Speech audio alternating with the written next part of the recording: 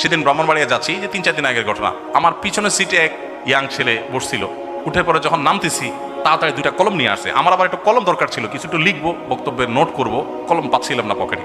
তো সেই কলম ধরাতে আমি খুশি হয়ে গেছি। আমি চিন্তা করলাম, আরে আমি কি আল্লাহর ওলি হয়ে গেলাম নি কোনো, যে কলম দরকার, এটা কলম ধরে বসে আছে সামনে। তখন সন্ধ্যা হলো 2টা ধরছে কে আবার, পরে দেখি আবার পুরান কলম সে ধরছে। আমি বললাম, কিরে বাবা?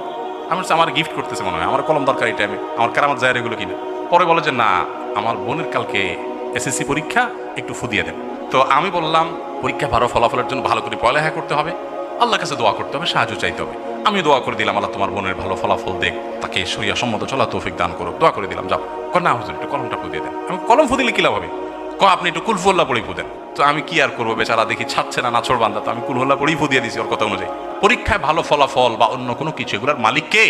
আল্লাহ। আল্লাহর কাছে দোয়া করতে হবে। কোনো পীর বা কোনো মাজারে থাকা কোনো মানুষের ক্ষমতা নাই কোনো মানুষের পরীক্ষার ফলাফল নিয়ন্ত্রণ করা।